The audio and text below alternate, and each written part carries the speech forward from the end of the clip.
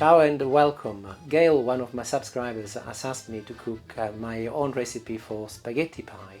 I think spaghetti pie is one of those Italo-American recipes, so just to break the mold, you guessed it, I'm going to be doing my Sicilian version of spaghetti pie, and I'll make a start right now. So hopefully, Gail, you will like it.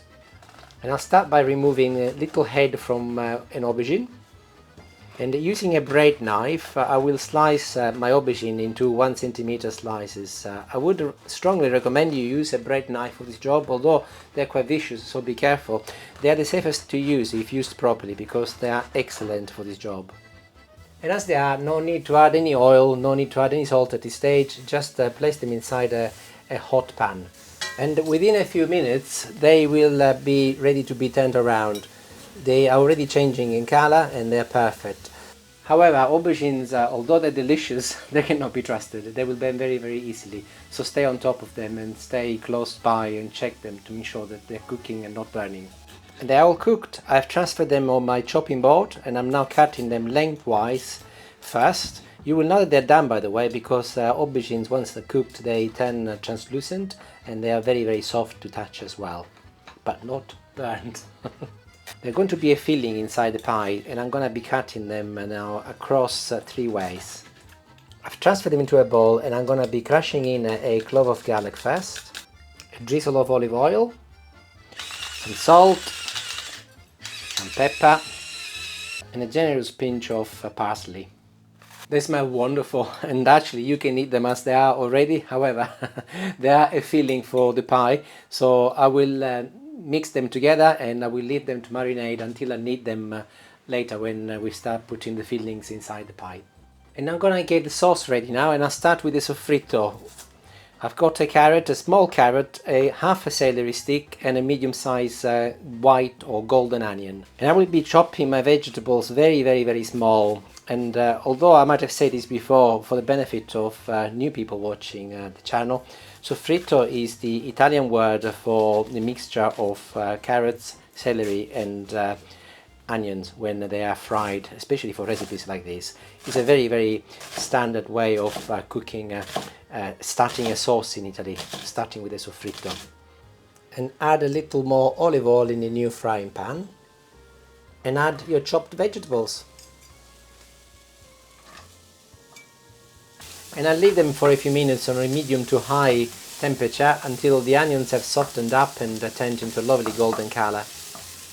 That is perfect, and now it's a good time when I can add more garlic. This is 3 cloves of garlic I'm crushing in and putting them in.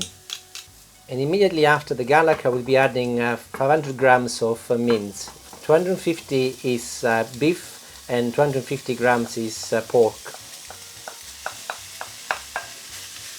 Ensure that the heat is still on a high setting and start grinding the mince so that it becomes as small as possible.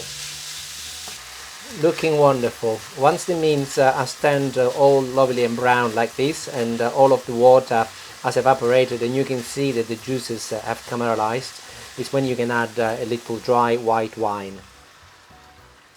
Give it a couple of minutes, enough for the wine, the alcohol from the wine to evaporate, and add half a kilo, 500 grams of passata.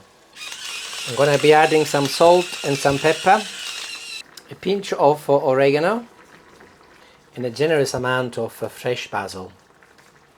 Give everything a good stir, turn the temperature down to a simmering point, number 3 out of 9 in my case, and we will leave it to simmer now for a good 20 minutes, but without the lid on, because I want the sauce not to be this liquidy. I would like it to be a little bit more dense. In the meantime, I will continue with the assembling of the ingredients, and I'll start with ricotta. 250 grams of ricotta. This is from the supermarket. You can easily buy from any supermarket these days. I'm going to add a tiny little amount of salt, literally a very, very small amount. And I've chopped a few more basil leaves, which I will be adding in as well.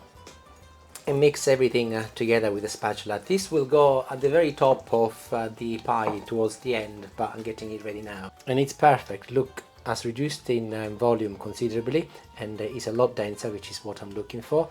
And the color also changes, I notice always, which is a great sign. By the way, If you are struggling to reduce the volume of the sauce, maybe because your sauce was more liquidy, cook it for longer. Or if you like, you can add some tomato puree to it, but you should not need to. The best thing to do is to leave it on for longer until you are happy, but depends how much time you've got available. And the time has arrived to cook our spaghetti. In a pot with boiling water, I will be adding some salt and a couple of 100 grams of spaghetti. These are spaghetti number 5, and they should be cooked al dente within 9 minutes, but I'm not going to be cooking them throughout. I will be cooking them for 5 to 6 minutes. I do not want them to be even al dente, so they're not going to be in for very long. In the meantime, I will break in a couple of eggs in a bowl, add a small knob of melted butter, a little salt and a little pepper, and some Parmesan cheese. And give everything a good mix with a fork or a spoon, whatever you might have available.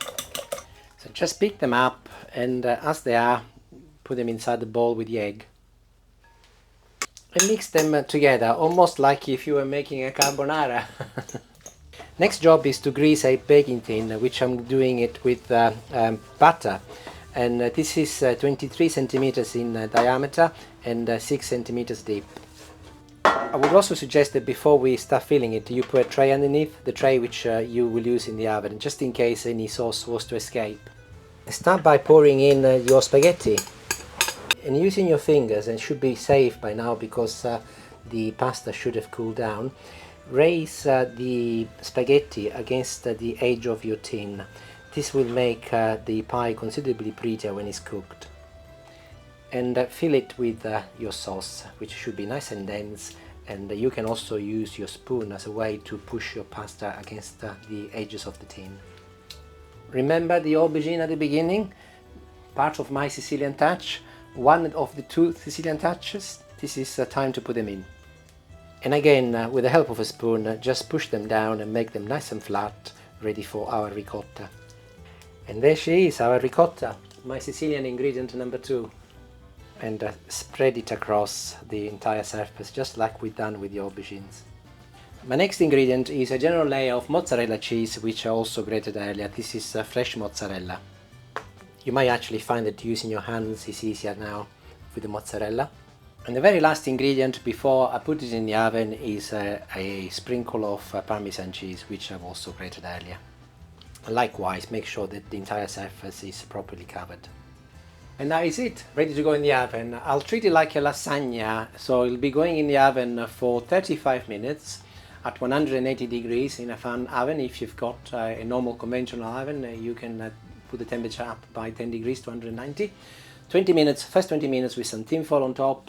The last 15 minutes I will remove the tinfoil so that I get a lovely golden crusty color on the top. So I'll see you in about 40 to 45 minutes. Bye!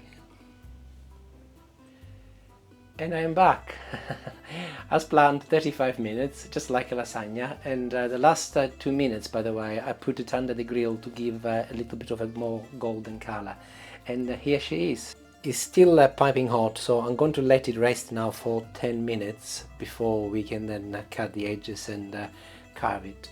However, as we wait, let me tell you a little bit about spaghetti, because Italians think that spaghetti is their thing. The Americans think as well, but apparently it isn't. I'm not sure if it's 100% correct, but they originate from China, noodles. And the myth is that Mr. Marco Polo, the Venetian explorer, who always liked to be on holiday and cruising the world, he went to China in the 13th century, and they came back with some noodles. And noodles, they looked like strings, and the word string in Italian is spago, and the word spaghetti is a little string, so spaghetti means a little string or little twine. So the Italians saw these things, they tasted them, they thought, oh, this looks okay, let's make it our own. And that's how spaghetti came to be. So the story of Marco Polo might not be true, but at the very least you know what spaghetti really means. I'm going to be treating this with the highest level of respect. It's a masterpiece, it looks absolutely wonderful. So just like I do with the lasagna, I'm going around with a spatula to release the edges from the pie now. If you look underneath, you can see there was a little bit of juices that came out. Not a lot, so it wouldn't matter, but not a bad idea to have the tray underneath. Now, if you were to make this, I strongly recommend you use one of those tins which has got a clip, because it will be incredibly handy when you come to take it out. Oh, è bellissima! She looks beautiful. And as you might have guessed, I cannot help decorating it with a little basil, as I do with a lot of these dishes. Well, as I go through with a knife, it feels nice and steady and firm, so perfect consistency for the sauce and also perfect consistency for the spaghetti. Remember to not overcook the spaghetti. You might have to go through with a knife on the bottom, I don't know now, but I will just in case.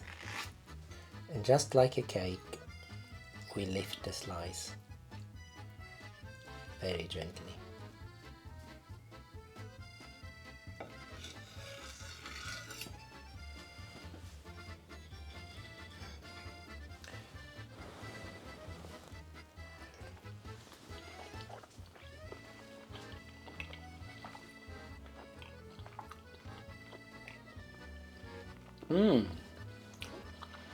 Absolutely delicious.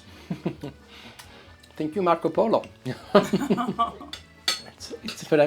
It's lovely, actually. Do you know what? The aubergines, definitely, if you make it, those aubergines with the garlic, absolutely spot on, and the ricotta, top notch. Deliziosa, really, really nice. And thank you very much, Gail, for the suggestion. Hopefully you will enjoy making, Gail, if this is what you were looking for, a Sicilian twist on spaghetti pie. Ciao ciao everyone, thank you very much for watching, and have a good afternoon. Bye bye.